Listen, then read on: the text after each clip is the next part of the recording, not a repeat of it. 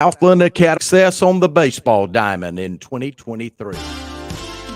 Welcome to the Integrity Sports Podcast, covering local sports in the Southwest Georgia area, creating content that is factual, positive, and informative, promoting efforts by athletes, coaches, and sports administrators. Now, here's your host, Tim Estes.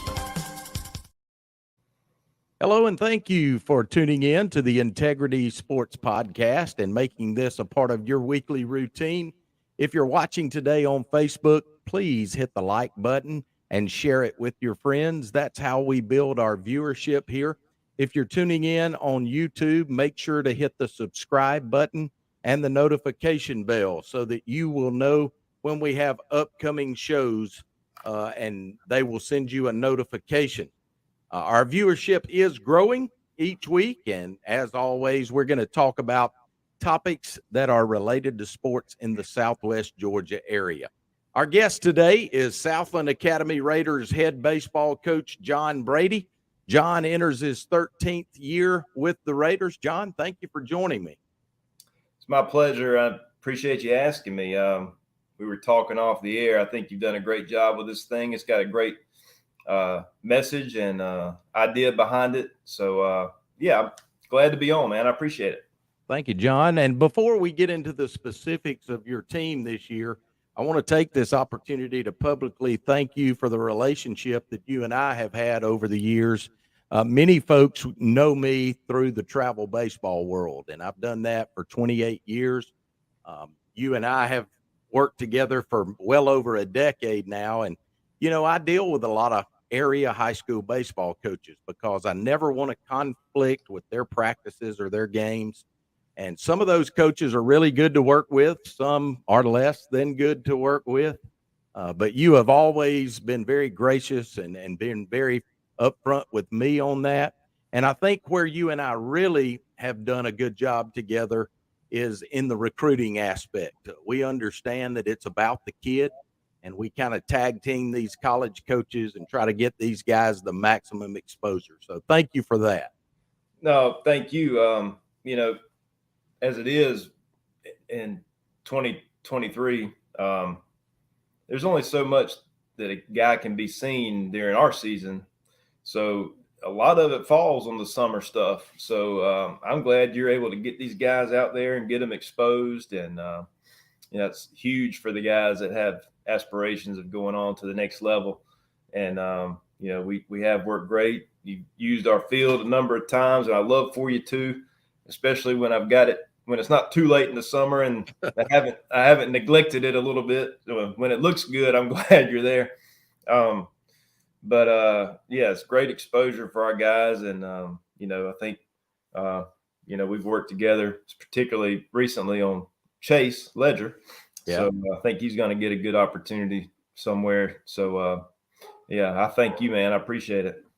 Hey, Coach, we're just now getting into the 2023 season. I know you've played a few games early in the season, but tell us a little bit about your team and the games that you've already played, as well as your expectations for this year's squad. Well, pitching is, I think, by far the strength of this year's team. In games that did not include the Glenwood Gators, which we played four games against other teams, we've only allowed 4 runs in those games that weren't in Glenwood's. Just they're loaded up and they're strong. It did us a lot of good to go play them. But pitching is our strength, and we expect that to continue to improve even as the season goes, because we have a couple of young guys or inexperienced guys that are going to log some innings as we go through this season. But we expect great things. The region is going to be an absolute grind. But I told them the other day that every region game is going to be a battle. So I think we're going to talk about that a little bit in a few minutes. So I'm not going to get too much into that, but right now, it's going to be tough. So we have to make sure that we're focusing on the things that we can control, stay short-sighted. If we come up short like we did 2-1 last night, It's a tough loss against a good team. You got to turn the page. You get ready to come back the next day. So we're going to focus on those things, focus on being good citizens, and just take it one day at a time because it ain't going to be easy. John, you mentioned the Glenwood Gators, and those guys are always loaded. I know this year's team has at least 2, maybe up to 4 D1 type guys on there. I think it's good to go play guys like that, Sure. especially early in the season, kind of gauge where you're at. And everybody needs a little bit of humble pie every now and then. Yeah, we got a dose of that over there. The other day, they threw 3 arms at us that are really, really good. The last one was a sophomore left-hander that was about 88, 89. And, they're one of those teams I like to play them because they're going to do everything so well. And if you have anything that maybe needs to be exposed, it's going to get exposed.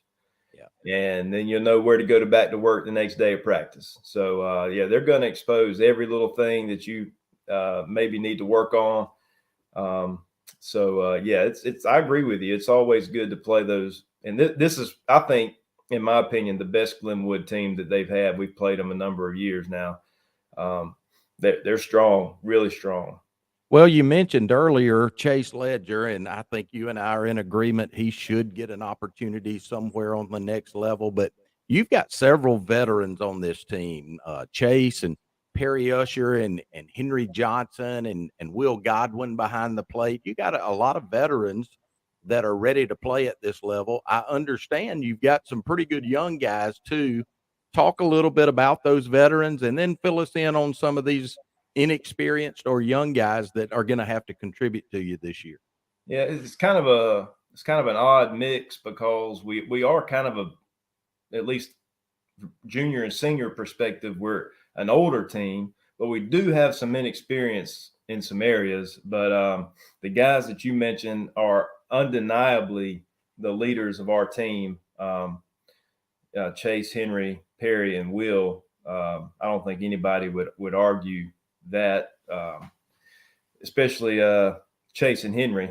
I've leaned on them a lot, even in practice, to try to help us out because before Coach Hargrove got done with basketball, there were several days it was just me, and I'll talk about him and my other guys a little bit later. And I'm like, hey, I got to have some help, man. You got to jump in here and make sure everybody's on task and what they need to be doing. So those guys have done a fantastic job, and I love them dearly. Just good dudes. But Chase and Perry are top 2 arms. Camden Rogers is another young guy. He's a freshman. He's logged some innings for us already this season. He's got a good arm, swings the bat well. His first at bat this season, he pops a 3-run homer. He's got a chance to help us a lot this year. He's currently hitting in the middle of our order, playing third base. Good young player. Will has been a staple behind the plate since he was in the 9th grade. He kind of got thrust into that out of necessity. Because Chase was catching some at the time, but with him being our number 1 pitcher, I was trying to kind of ease him away from that a little bit. But Will stepped in. He's been there for a while now. And of course, Henry is just a ball player. He's just, you can put him anywhere. We've even played him a little bit in the outfield this year, primarily at shortstop or second base. And he gets leadoff for us, and he's just steady, man. He's steady. He got a great personality. He's going to do everything like you ask him to do it. And then Perry, like I said, is I guess you'd say our number 2 pitcher, but he's a hard-nosed competitor, as is Chase, who is, I guess you'd say, our number 1. But they're both hard-nosed competitors and are going to give you everything they've got when they're on the mound. But we got some other seniors, and Scout Leuven and Matthew Saint and Luke Exley. Not a ton of experience there. Luke got a good bit of experience last year, but not a ton there. So that's some of the older kids, but maybe not a ton of experience I was mentioning earlier. And then we got some juniors that are playing some outfield spots for the first time on a full-time basis. Luke Terror, Travis Pennington's played some outfield, and Trey Sellers, who is an infielder turned outfielder. So we're trying to throw him into the fire out in the outfield some. So, they're getting better, though, every day. And I think by the time we get to the end of the season, there'll be zero issues. There hadn't been many issues to this point, but I think there'll be zero issues for those inexperienced guys as we go through the season. But yeah, we're all about pitching right now. And like I said, we've given up 4 runs in 4 games, not counting Glenwood. So yeah, they say pitching make you gives you a great chance to win. So hopefully that'll continue throughout the season. That's right. And as you talk about some of these guys that are inexperienced, I know those guys. I've watched them grow up through our rec program. I've seen them in the summer with various teams. And while they may not have a lot of high school varsity experience, it sounds like you got a team full of kids with a good baseball IQ. Yeah. And, like we mentioned, seeing somebody like Glenwood is only going to elevate that IQ. That's right. So I told them some of these young 9th graders we have that a couple of those we may depend on in addition to Camden. Encourage them to just go ask their parents for a subscription to ESPN Plus and just watch every college game that they can to build that IQ. So some of them have done that, but yeah, there's most of our guys have a good idea of how to play the game and how to do things the right way. We're still learning a few of those little things, as they say, like when to throw through the cutoff, when to make sure you hit the cutoff, little nuanced things like that. So, but all that stuff will come and get better as the season goes. John, the GIAA, formerly the GISA, has changed a little bit this year. And your region is loaded with talent. I saw some Facebook posts prior to y'all's season getting started from some guys I know from the summer that may play at Terrell Academy or may play at Deerfield. I know the Zach Counts kid down at Brookwood is just really a stud. Talk to us a little bit about the region that you're going to play in. And, it sounds like really every region game that you're going to play is going to be a tough contest. Yeah, I think I said this earlier, but I told our guys before we played Brookwood, I think we played last night. So I think I told them Monday at practice that you just got to focus on one day at a time. I mean, none of them are going to be easy. None of them. Last night we opened up region play. There were 6 teams in the region, so we had 3 games. Those 3 games were decided by 4 runs total. Wow. So there were 2 1-run games and a 2-run game. And the 2-run game, I think, was a come from behind win, if I'm not mistaken. I could be wrong about that, but none of them are going to be easy. The pitching is strong.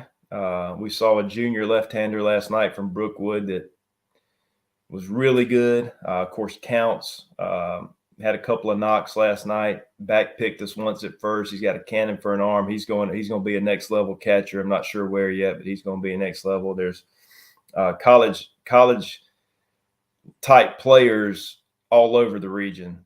Typically, I'm sure that's going to be the case this year. Last year, there were 2 SEC guys in our region. Right.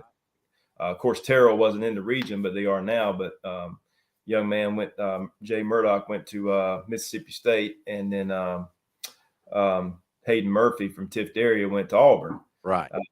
And is in their bullpen right now. I think, he was a low 90s guy with a slider and a changeup. So, multiple mid 80s guys right now, I'd say, on the mound in our region. A lot of parity. Brookwood, Terrell, Valwood, Deerfield, Tift area, us. I don't think there's going to be a lot separating us when it all shakes out. But all those teams are going to be really well coached. It's going to be brutal. And, it's you don't have an off night for sure. No, I'm going to have even less hair if that's possible when this is all over with. But it's going to have us prepared for the playoffs. So, and that's ultimately, the region standings are not as important now as they used to be with the way the GIAA does the max preps. I think we're going to talk about that in a few minutes, but which I like. But currently, our first rankings came out this week, and 4 of the first 5 teams, I think, were from our region in the rankings. I know 3 of the first 4 were because it was us, Valwood, and Brookwood, who were 2, 3, and 4. Not in that order, but 2, 3, and 4. So, it's going to be tough, but it's fun. I mean, if you like good baseball, there was an error-free game at Brookwood last night, ended 2-1. Great pitched on both sides. Good baseball game for the fans to watch. So if you like good baseball, come watch some region ball this year. Absolutely. Today's program is brought to you by Sweet Pea and Magnolia's online boutique. They can be found on Facebook. Just type in Sweet Pea and Magnolia's, or you can find them online at shopspmboutique.com. They're currently having a 60% off sale, trying to get rid of the winter clothes so that they can get the spring and summer line in. Give them a look. They provide women's clothing at fair and affordable prices. Again, the 60% off sale going on now. Go online and shop Sweet Pea and Magnolia's boutique. John, one of the things I've been doing over the last 4 or 5 weeks as I talk to coaches is to just get an idea of their family. And I know your wife, Jill, well, but tell our viewers about your family, your wife, your children, and the support network behind what you do. I'm not really sure mine could be. I'm not really sure there's a better support network.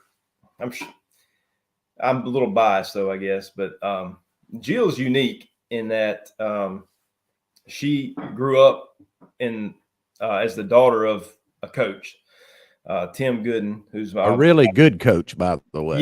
Yeah. Obviously, my father-in-law. So she kind of understood the deal when we got married, and she knew it wasn't easy. And I'm not saying it was all peachy from day one, because it wasn't. Because there's still a learning curve on how the hours of me having to be away and everything was. It was a grind, but she was already very well versed in it. So I was fortunate in that I married a girl that kind of already knew the ins and outs. But we have Buddy and Annabeth. Buddy just graduated. He's playing basketball at Dalton State up in North Georgia. Annabeth's in the 6th grade here at Southland. And Buddy just finished playing for me as well last year as a junior, or in the year before as a junior and a senior. He really stepped into a playing role from the B team to the varsity. And I'm going to tell you, that was hard. I bet. That was hard. Coaching your kid is not for the faint-hearted. I can tell you that. It was. I got to give him a lot of credit though, and hopefully he'll watch this and see it. He handled it like a champ. Me sometimes not so much, but I told him that it's not going to be easy because I gotta be rough on him sometimes, but he handled it beautifully. And then, but you talk about family. The thing that gets you is the stuff that you have to miss. Right. Like when I coached softball, I missed a ton of Buddies, junior high football games, B team football games, because we always played on Thursdays. So I missed some Annabeth stuff because they played the rec softball in the spring, and out at the school, the America's Girls softball. And sometimes we're playing when she's playing, so I don't get to see. And she's into tennis now, so I'm going to miss some of that as well. So none of that's easy, but Jill handles it like a champ when I'm not around. She's a tough nut, probably one of the toughest people I know, to be honest with you. And she's done a great job raising our kids in my absence during baseball and football and/or softball season. So, it would fall all apart without her. I hear you. The wheels would come off without her. But in addition to her, talking about Tim, Coach Gooden, he's been such a great sounding board for me. And I mean, we've sat at the kitchen table and just talk X's and O's for hours, especially when we first got married before I got into softball and I was still coaching football. We would just, I mean, he just has been such a wealth of knowledge for me. It'd be hard to imagine a better situation for a young football coach. But and then my parents still come to a lot of games to watch my team play, and they live an hour away, but they'll still come over to the better part of the games that we'll have, and just to watch and be there for me. So support is not lacking for me, and I'm blessed, really blessed to be able to be in that position. I can tell you. Well, Coach, you've been in the same place now at Southland Academy for 13 years. And when I see something like that, immediately that's an indicator to me that you must enjoy where you're at. You must enjoy what you're doing. Tell us a little bit about being at Southland Academy and a little bit about the people that you work with every day, the coaches that you're around in your administration. Yeah. When you sent me the kind of a heads up on what you might ask, I thought about that question a lot. I've worked at some other places, and this is going to sound kind of cliche, and I understand that, but Southland, it really has been like a family.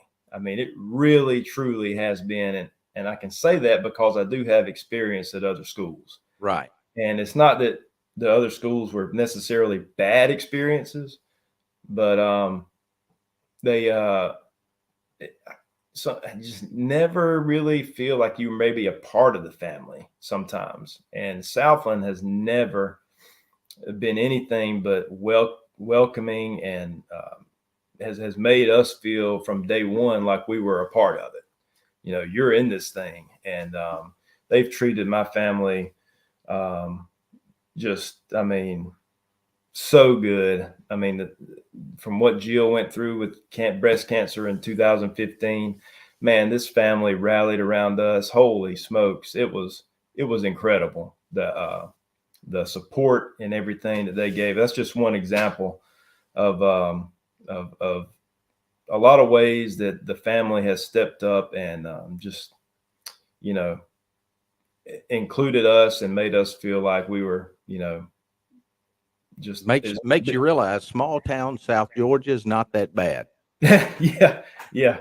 Small town South Georgia is indeed not that bad, but this place has been super special to me, and I could go into a long story about how we ended up here, but I'm not going to spend all that time doing that. But it just, things happen for a reason, and I really believe that we were here during that time for a reason, and it all shook out just exactly how it was supposed to, with Jill working at Dr. Weldon's office and how much he looked after her and helped us right before he passed away, and just so many things, man. I can't say enough great things about the Southland family, but our administration has always been extremely supportive. Dr. Collins, and as our headmaster, and Larry Collins, and Rob Murray is our athletic director. And we're so blessed that I say we because I talk to the other coaches a lot, and we just have very few problems. And, there's a lot of schools that can't say that. We just go about our business and we work hard. And, I think if we do that, everything, our administration looks after us, and they've done a great job. And I'm thankful for those guys. And the other guys we work with, just good men. I could go down the list of a lot of teachers, but I'll keep it to coaches for right now to keep it simple. But currently my assistants are Blaze Hargrove, who's an alum of Southland, and he handles our pitching, and he's my right hand, and it'd be very difficult to pull this off without him. And then Nate Herron is new to me this year. He's a community coach that's stepped up and expressed some interest and done an amazing job helping us out. He's a good man. Got kids at Southland, actually play tennis. They don't even play baseball, but he's a good guy that I'm glad to have. And then you got Randy Say and Joe Mercer and Mike McGrawn, who have helped me in junior high football. And those are some you could not want your kid to be mentored by any better men than those men right there. And like I said, I've said this several times, but I'm blessed to be able to have those guys in my life, much less the 7th and 8th graders' life. Mm-hmm. So really thankful for them. And then the other guys like Eric Israel and Rusty Tundy, who I know you're good friends with, and J.R. Jones and Nathan Hammock. I mentioned Rod Murray. We have a really good family type. Kevin Douglas, new boys basketball coach this year. Boy, what a job he did this year. Yeah, great job winning the region again this year. Made it back, good playoff run. So he did a great job. But we all work so well together. And especially in a small school, you have to, because we share a lot of athletes. And fortunate to have guys that understand each other and understand what each other needs and what it takes for us all to be successful, not just one of us. So, there's a lot worse places you could work, I think. So I consider myself fortunate to be surrounded by just good men and a good situation all the way around. So, John, as we wrap up today, we talked a little bit about the GIAA and how it's morphed out of the GISA. I know the playoffs is a little different now, and you mentioned that a little earlier. As we wrap up today, just give us an idea of how that works, and hopefully we'll be able to get you on again come playoff time.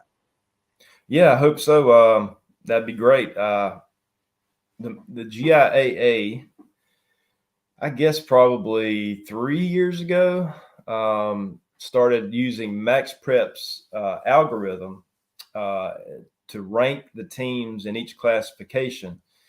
And it's kind of similar to what the GHSA did with their power rankings. I know you, being the voice of Sly County doing the radio and all, you're very familiar with how they set up their power rankings and all that. And it's pretty similar to that. And to be honest with you, I like it a lot because 2 years ago, our region, as per normal, was really strong, and we came in third, and we would not have been able to host a playoff series under that normal circumstance. But because the Max Preps rankings, we were ranked high enough that we were able to host a playoff series, which is always fun and awesome. And we won and advanced to the next round.